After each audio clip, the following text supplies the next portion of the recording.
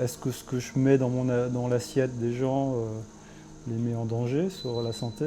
Est-ce que les espèces que je mets dans l'assiette sont des espèces en train de se raréfier? On a envie d'en savoir un peu plus, quoi. On a envie En tout cas, ouais, en tant que professionnel, du coup, on porte ce rôle-là, quoi.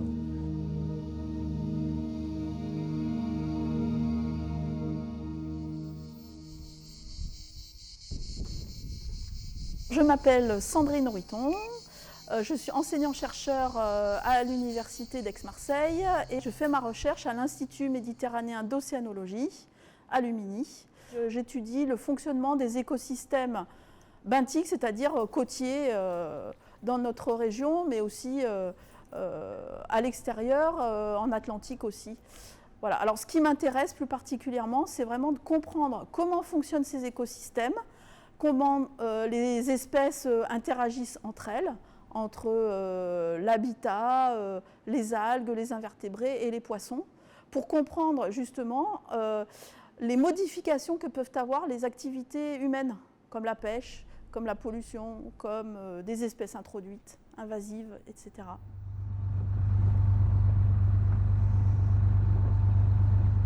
Je m'appelle Sifin Ashraf, donc je suis pêcheur. Donc je suis jeune patron, ou chef d'entreprise maintenant. Patron, pêcheur, malheureusement ça n'existe presque plus. C'est plus comme avant. Et donc je me lance dans le métier. Je suis fils de pêcheur, quand même j'ai les mains dans la poisson depuis pas mal de temps.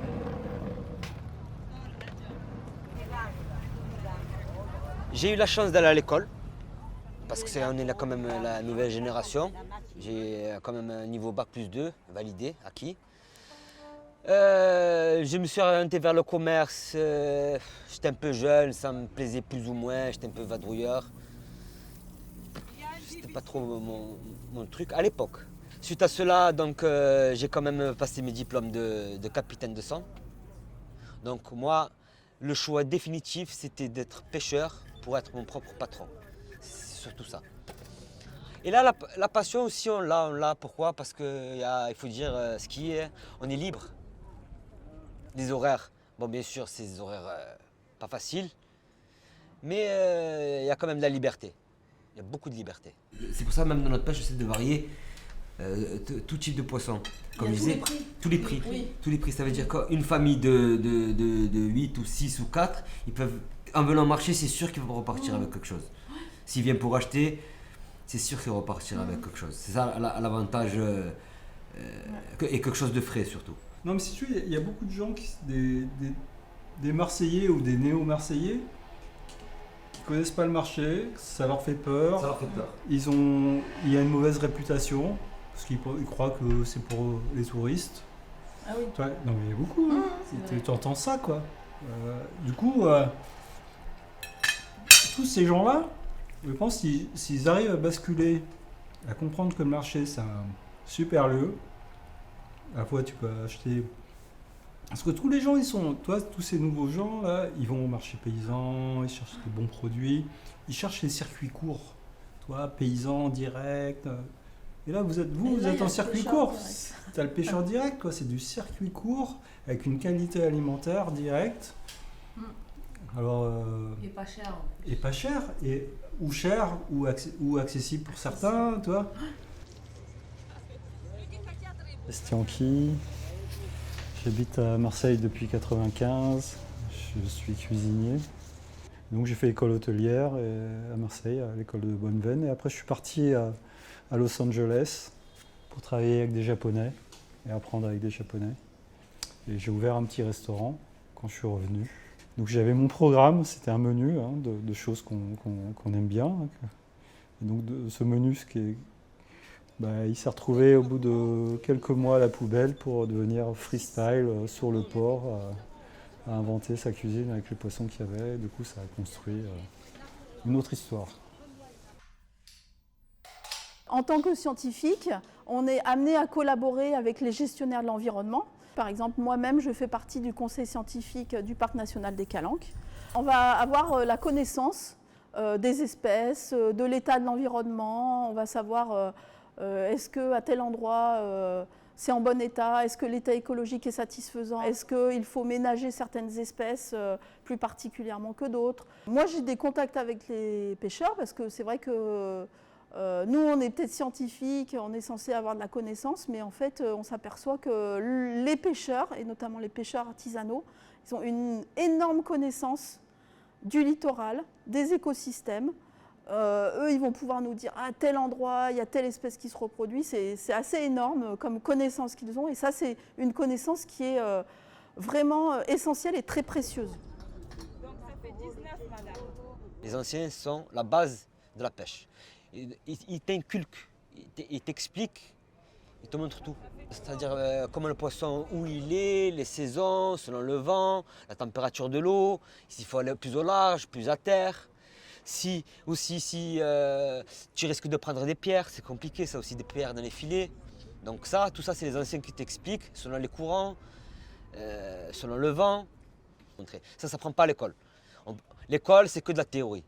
Les pêcheurs, c'est un peu les mineurs de la mer.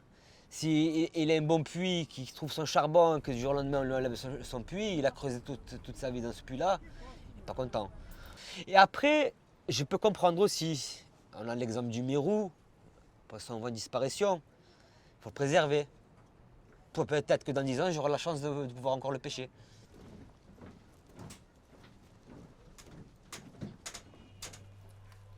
C'est pas écraser trop les merlans qui sont plus fragiles. Donc par contrainte de mauvais temps, par contrainte de saisonnalité, par contrainte des techniques de pêche différentes et du coup travailler avec ce qu'il y a et inventer une cuisine avec ce qu'il y a. On est tous un peu feignants quoi. Du coup être feignant c'est dire ah tiens il y a ce plat là que je sais bien faire, qui fonctionne bien, je sais que je vais être à l'aise dessus. Tu peux aller sur des chemins plus faciles. Mais parfois c'est ça qui est la contrainte de ne pas savoir ce qu'il y a, bah voilà, tu fais avec et tu inventes avec. Et du coup, des fois, tu es avec des poissons que tu n'as jamais travaillé, que tu vas les tester. Tu es dans ce jeu. Tu fais l'action d'aller bouger et choisir les meilleurs poissons, ceux qui te semblent les plus beaux. C'est pas pour les masquer. Ouais. C'est pas pour faire une sauce où tu sens plus le poisson. Ouais. Après, chaque communauté et chaque pays ont leur épice. Et il y en a qui aiment. Si tu vas du côté de la Tunisie, ils adorent manger pimenté, épicé. Tu vois, pareil pour la communauté Afrique noire. Il faut que manger avec du pain. Oui.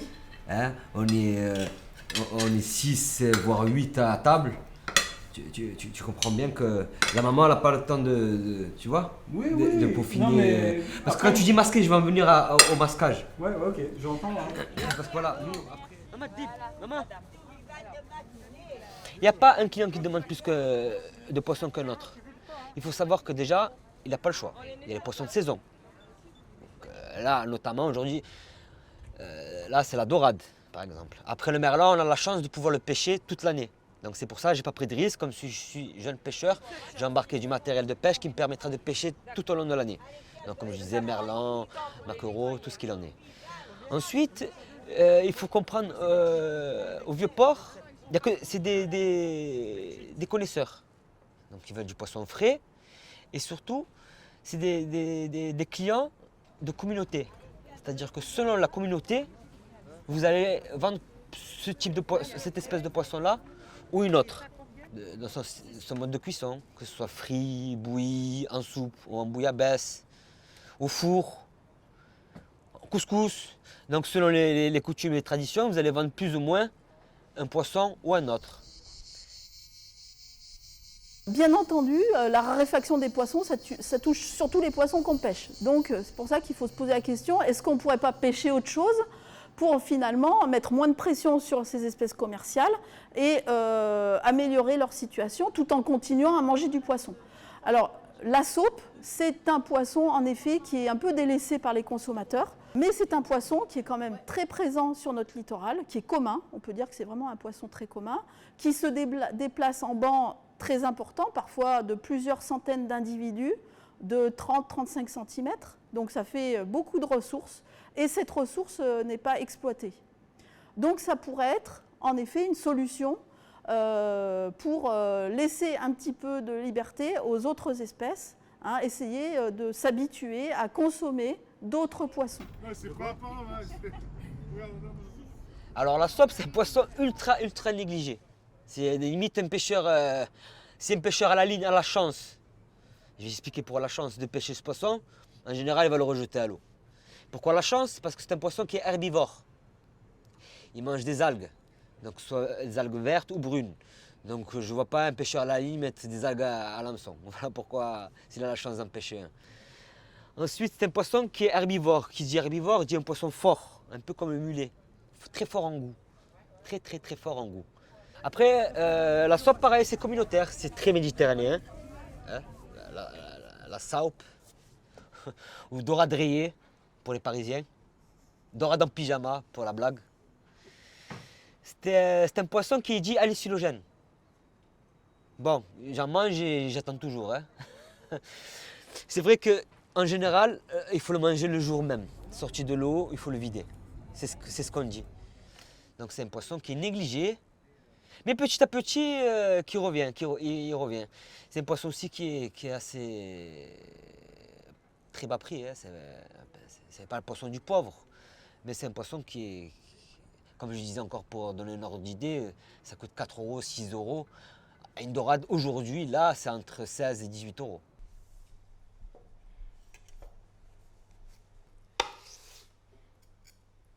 Du coup, le pourquoi, le choix qu'aujourd'hui on choisit avec les scientifiques et les pêcheurs d'en parler, c'est que pour les scientifiques, c'est la question de la biodiversité qui est quand même voilà, mise à mal, dont on doit réfléchir comment pouvoir l'améliorer, et comment du coup des espèces qui sont très communes comme la saupe, donc qui sont plutôt en abondance,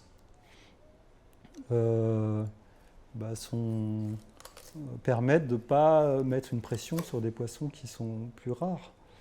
Donc consommons aussi ces espèces plus communes, qui ont une mauvaise réputation. Mais voilà, si on le goûte et on se dit que tiens, ça c'est bon, on a envie de, voilà, on peut continuer à aller sur ce chemin-là, et tout en faisant aussi des économies, puisque du coup on se retrouve à acheter des poissons peu chers.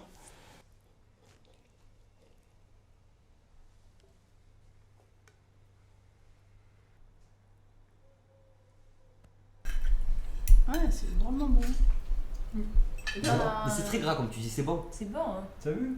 Bon, si on m'avait demandé quel poisson c'est, j'aurais pas dit de la saupe. Moi Ouais. non plus. Moi j'aurais dit plus presque de la dorade. Ouais, mais elle n'est pas aussi grasse, hein, la dorade. Ouais, parce que je pense que la saupe elle est très peu chargée en mercure.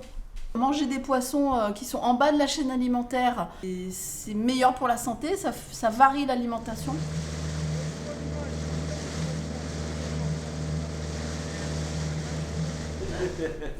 Bon, sur ce, on va vous quitter. Ouais, non, mais il y a des travailleurs. Demain, on retourne à la pêche. Si tu veux travailler, il faut que je travaille. Donc, C'est la chaîne alimentaire, la C'est chaîne ça. trophique. voilà, c'est ça. Donc, ce fut un plaisir. Voilà, Allez, c'est un merci. agréable moment. Merci. Merci. Bah, Moi, demain je vous ou laisse demain, travailler pour pouvoir déguster après. Avec plaisir. Si vous êtes êtes la d'accord. bienvenue. Elle nous conseille. Oui, Bah, c'est ok, hein. ça marche. Donc voilà. Ok. Ouais. Donc rendez-vous à bateaulique.com au Vieux-Port. Ouais.